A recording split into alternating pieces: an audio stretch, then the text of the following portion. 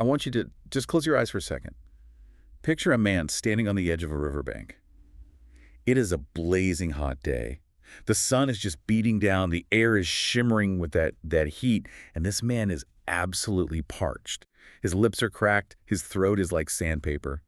He is dying of thirst. Wow, yeah, it's a pretty desperate situation. It really is. And the water is right there, a massive, cool, rushing river, maybe, I don't know, 5 feet below him. It's abundant, it's fresh. It is literally everything he needs to survive. But here's the tragedy of it. Instead of walking down the bank, finding a sturdy rock, cupping his hands and taking a drink, he stands on the ledge, stretches his hands out into the empty air, and starts screaming at the water. Screaming at the river. Screaming, begging. He's yelling, "Oh, water, rise up.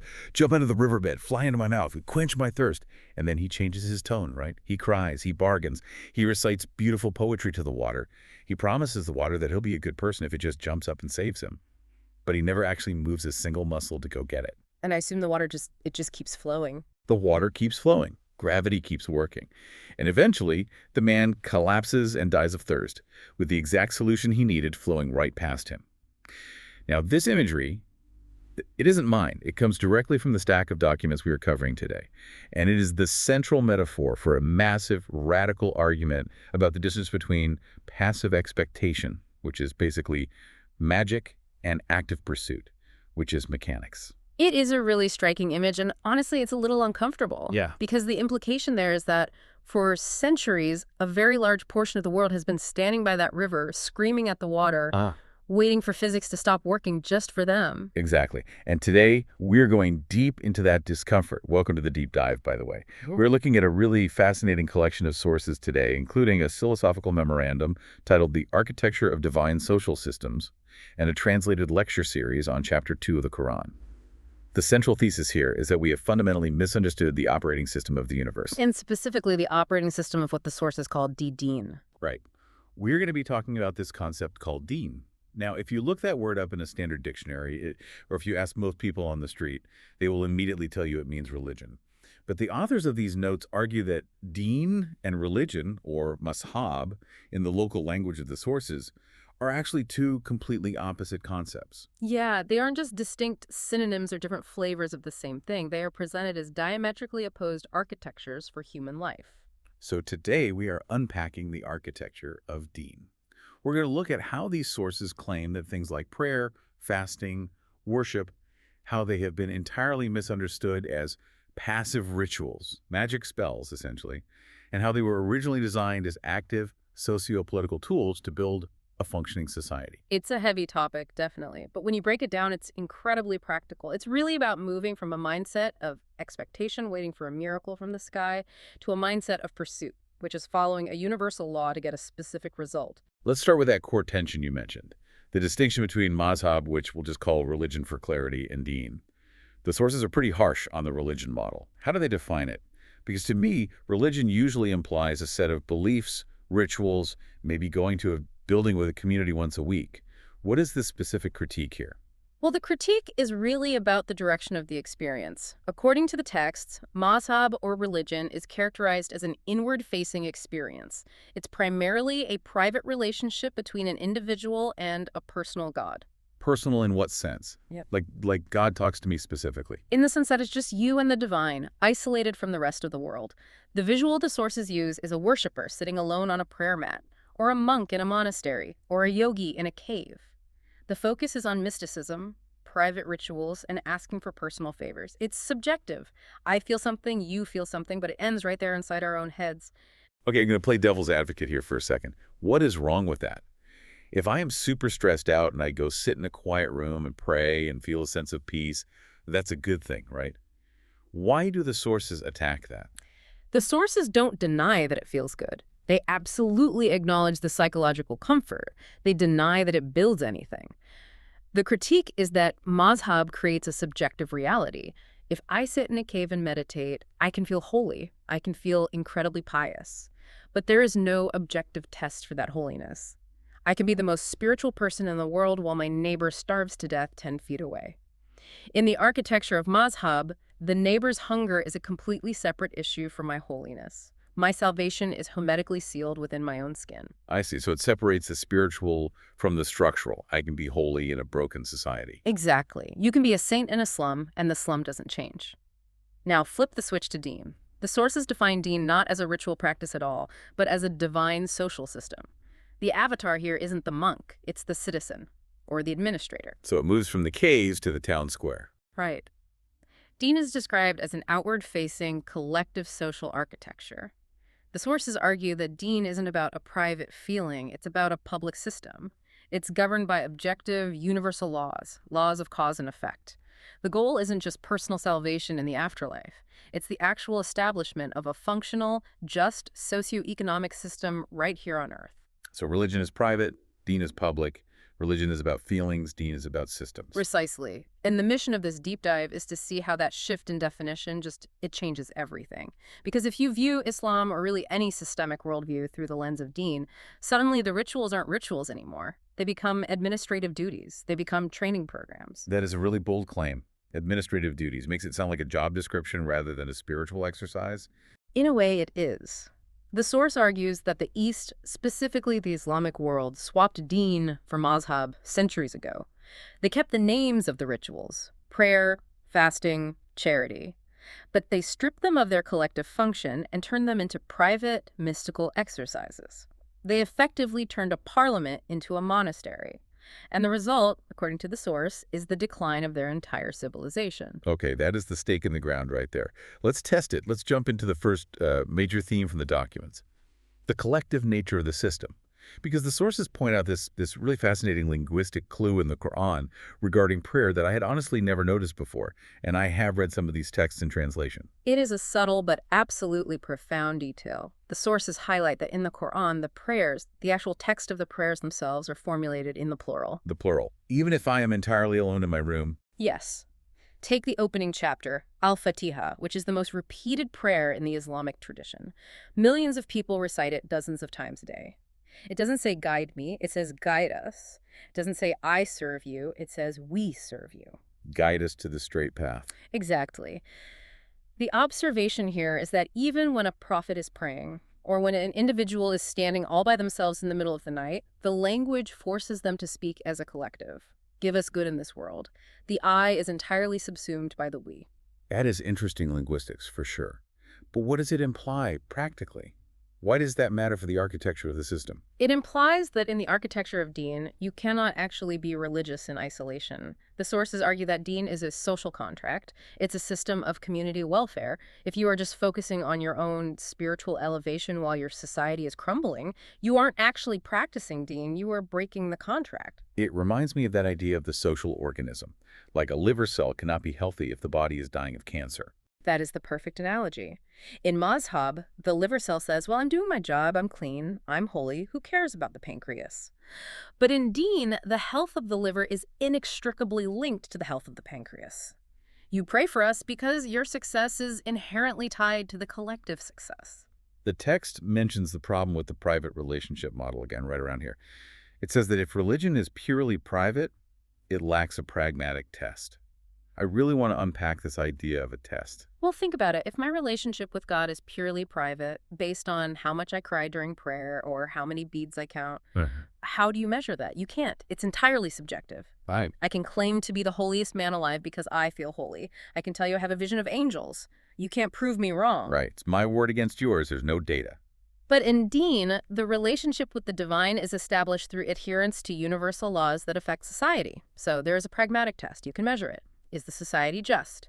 Is the wealth distributed fairly? Is the hungry man fed? Is the crime rate low? So the test is tangible. It's visible in the streets. Yes. If the answer to those primers is no, then the deen is failing no matter how many people are sitting on prayer mats. The source explicitly contrasts the monk on the mountain with the citizen. The monk has no test. He has no friction. He has no neighbors to annoy him, no poor people to feed, no corrupt officials to fight. He is untested. The citizen is tested every single day by how they interact with the laws of the society. This brings us to one of the most controversial and honestly one of the most fascinating redefinitions in these documents. We're moving into redefining prayer, or dua. Now, Coming from a standard understanding, dua is basically asking God for something. I want a new car, I want to pass my exam, I want my sick relative to get better. I ask and I wait. That is the religion or mazhab view. It treats God like a supernatural monarch who grants favors if you ask nicely enough, or like a cosmic vending machine where the coin is your prayer. But the sources argue that the word dua does not actually mean to beg. What does it mean? Linguistically, the text states that dua means to call out or to summon. Calling out. That sounds similar, but there is a nuance there. Begging implies helplessness. Calling out implies what? It implies a need for direction. The sources use a crossroads analogy that I think clarifies this beautifully. Imagine a traveler driving a car. As long as the road is straight and the signs are clear, the traveler just keeps driving. They don't need help. They don't need to shout. They are using their own agency. Right. You just drive. You don't call the map company every 5 seconds to say, thank you for the road. But what happens when you hit a confusing junction, a crossroads where the signs are missing or it's foggy or the road forks in 3 directions and you just don't know which one leads to the destination? You stop. You are lost. That is the moment of dua. You call out for direction. You say, which way do I go? Okay, so dua is asking for guidance, specifically when you are stuck. But here's the tricky part. In the traditional view, you call out and you expect, I don't know, a sign, a warm feeling in your chest, a voice from the clouds. Or a miraculous intervention where the road magically moves you to the destination. That is the magic view. But the sources argue that in Deen, the answer to the call is not a disembodied voice. What is it then? It is the guidebook. The sources posit that the Quran acts as a pre-recorded answer. It is the map. When you are at the crossroads and you call out to God, the answer is effectively consult the book I already gave you. Wow. That changes the dynamic completely. It means the answer is already there. Exactly. The host, in this case, the divine, doesn't need to speak to you every single time you get lost if you get lost. He gave you a perfectly accurate GPS at the start of the journey. The answer is sitting on your bookshelf. The source says, effectively, you are calling out for water, but you have a map to the river right there in your pocket. So the answer to prayer isn't God changing his mind or intervening to fix your problem. It's the human accessing the guidance to fix their own problem. Correct. The source says the answer to the call is already provided in the Quran, which functions as a comprehensive, objective signpost. The human's job is to look for it. It shifts the burden from God to the human. If you are lost, it's not because God is silent, it's because you aren't reading the map. So if the answer is already there, what about the actual result? This leads us into the mechanics of how this acceptance works. Because people will hear this and say, but I prayed and I got what I wanted, or I prayed and nothing happened. The documents talk about the law of cause and effect here. There's a courtroom analogy in the text that I found really funny, but also deeply logical. Oh, the divine bribe scenario. This is a brilliant piece of argumentation. Walk us through it. The source describes 2 people involved in a lawsuit. Let's say plaintiff A and defendant B. They are fighting over a piece of land. Now, plaintiff A decides to go the religious route. He wakes up at 3 in the morning. He prays for 4 hours. He cries. He promises God, if I win this case, I will offer 100 extra prayers and feed 1,000 orphans. He is throwing the kitchen sink at it. He is maxing out his spiritual credit card. He really is. He is trying to leverage his piety to get a verdict. Now look at defendant B. He sleeps in, maybe he offers a quick 5-minute prayer, or maybe he doesn't pray at all. But defendant B has the deed to the land. He has the survey maps. He has the witnesses. He has the facts. He has the actual evidence. And the text asks a devastating question. Does God accept the prayer of the one who offers the highest bribe? Does God give the verdict to plaintiff A just because he cried louder and offered more worship? If he does, that's not a very just God. That sounds exactly like a corrupt human judge who takes bribes, even if the bribe is prayer instead of cash. Exactly. That is the core argument. The source argues that God is just, al-delay. Therefore, the outcome of the case is decided by who is on the side of haq, truth, and justice. It is decided by the evidence, the law, and the reality of the situation. So the prayers, the bribing, they are irrelevant to the outcome. If they are disconnected from the cause and effect of the case, yes. The source is very firm on this.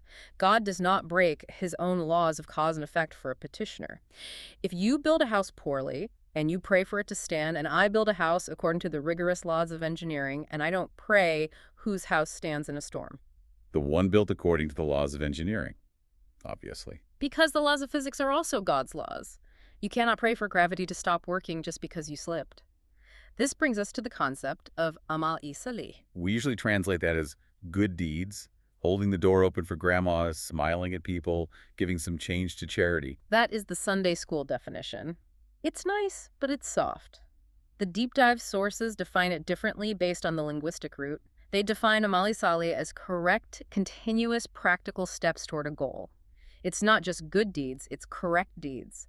Deeds that actively align with the objective required to achieve the result. So if I want to pass an exam, the amal-i-salih, the correct deed, is studying the material. It's not being nice to my mother. Precisely. Being nice to your mother is a good deed, don't get me wrong. But it is not the correct cause for the effect of passing a math test. You are trying to buy apples with a library card. The currency is just wrong. The acceptance of prayer is simply the natural result of cause and effect. If you follow the laws, God's laws of nature and society, and take the right steps, the result must happen. So if I study and I pass, that passing is the acceptance of the prayer. Yes, because you navigated the system God created correctly. The text mentions the story of Moses and Pharaoh here as a case study. I think most people know the broad strokes, Moses versus the tyrant, let my people go. But how does the source interpret the prayer aspect of that specific story? It's a crucial distinction because we so often view Moses as a wizard. He holds up a stick, and magic things happen. But the source zooms in on a very specific moment. Moses prays for deliverance from Pharaoh's oppression. He asks God to destroy the power structure of the tyrant, and the Quran records God's response. It says, "Your prayer is accepted." Okay, so prayer accepted, done deal. Lightning bolt comes down, Pharaoh turns to dust, right? You would think so, based on the traditional model. But immediately following that sentence, literally the very next breath, the command is given. So stand firm. Stand firm. In Arabic, the word is fastakima. It implies staying on the path, executing the plan, not wavering, showing resilience. The analysis here is that even for a prophet, acceptance wasn't a magical event that did the work for him. The acceptance was the ratification of a strategic plan that Moses himself had to execute.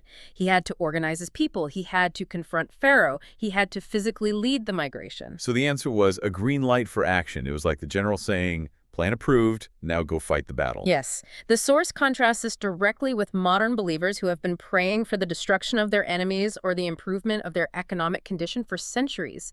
They simply repeat the prayer of Moses. They say the exact words, but they completely skip the stand firm and act part. They're just waiting for the lightning bolt. Yeah. And the source says, roughly, you have been asking for 1,000 years. Is the phone line broken? Or are you using the phone wrong? The implication is that without the strategy and the action, the prayer is just noise. It's the man screaming at the river again. This links really well to the next part of the documents, the psychology of prayer. Because if prayer isn't magic, if it's just mechanics, does it still have a function? Why pray at all? Why not just study for the test and forget the calling out part? Now, the sources say yes, it has a huge function, but it's internal. It talks about intensity of desire. This is where the mechanics meet the human mind. Because, let's be honest, knowing how to study for the test isn't enough. You need the will to do it. You need the focus. The text argues that dua requires a sincere psychological transformation. They use the word ishq, passion, or obsession. Yes. When a desire aligns with divine law, meaning when you want what is objectively good and just and that desire becomes an intense obsession, it transforms the human psyche. It awakens hidden potentials and energies that you didn't even know you had. I absolutely love the analogy they use here, the udder analogy. It is a linguistic deep dive into the Arabic word, and I feel like we need to really visualize this to get it. Right. The text mentions that the root of dua relates to igrul dara, the act of milking an animal, specifically a camel or a sheep. Milking. Okay, let's unpack the physics of milking an animal. Think about an udder. The milk is in there. It exists. It is potential energy. But does it just flow out on its own? Does the camel just spray milk into the desert? No. You have to work for it. You have to physically squeeze. You have to apply specific, rhythmic effort. You have to apply friction. You have to extract what is hidden inside.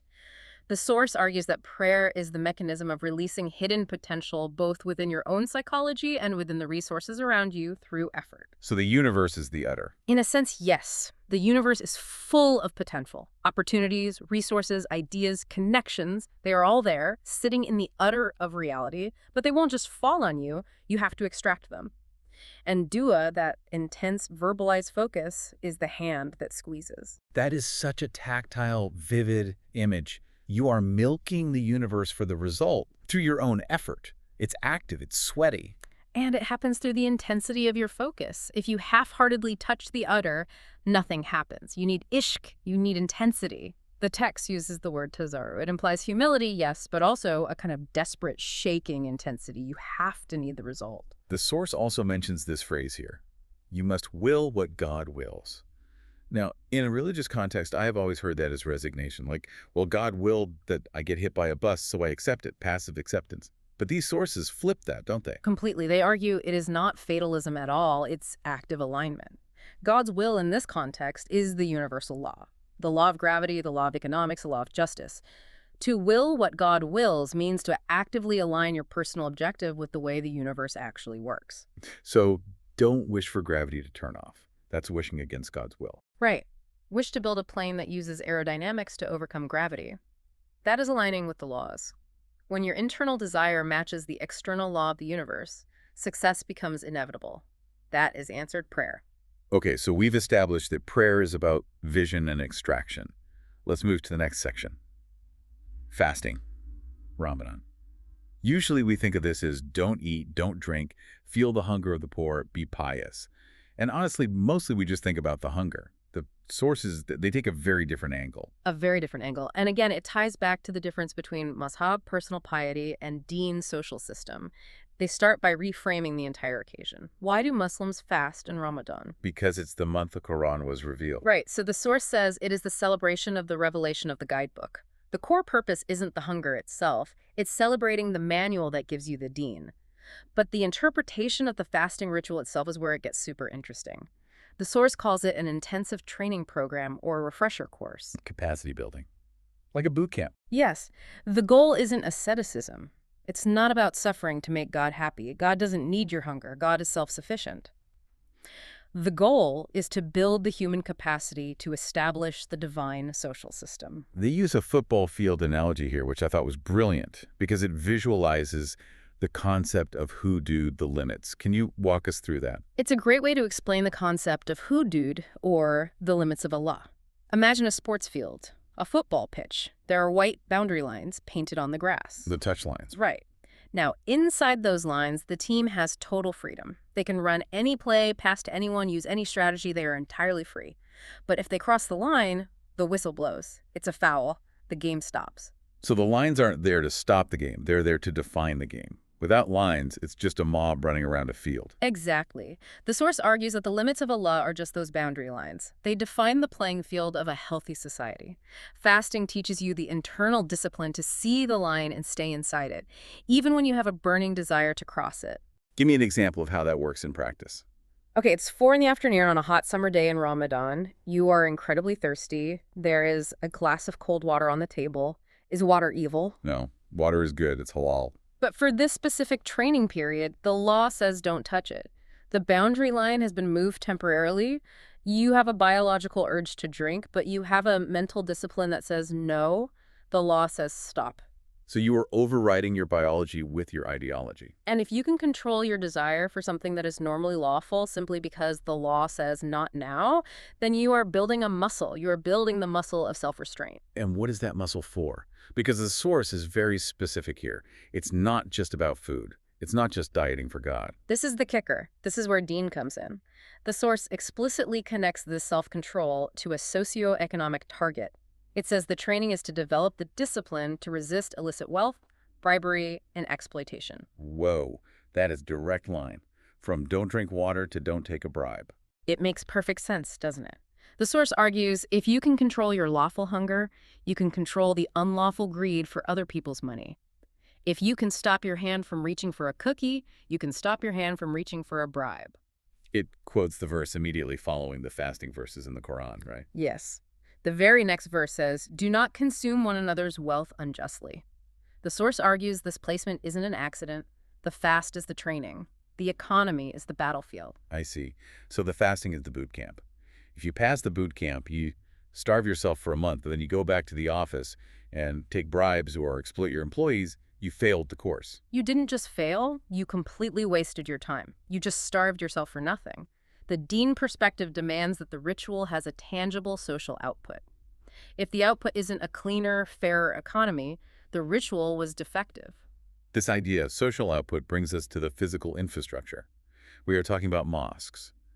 Now, when I think of a mosque or a church or a temple, I think of a quiet, sacred space. Smells like incense, people whispering. The source is quite critical of that modern image. It describes modern mosques as locked buildings, empty between prayers, used only for prostration or rituals. It says we have reduced the mosque to a mere temple. And what was it supposed to be? What was the prophetic model? Based on the historical context of the prophetic era in Medina, the source argues the mosque was the community hub. But not just a community center with a ping-pong table, it functioned as the parliament, the Supreme Court, the Secretariat, the war room. So it was where the actual business of the state happened. Yes. Foreign dignitaries were received there, treaties were signed there, legal disputes were settled there, strategies for defense were planned there. It was a buzzing hive of civic activity, not a silent hall for private meditation. The source calls it a tragedy that we stripped the mosque of its utility and turned it into a place just for religious services. And within this mosque as parliament concept, there is this practice of itikaf. Usually this happens in the last 10 days of Ramadan.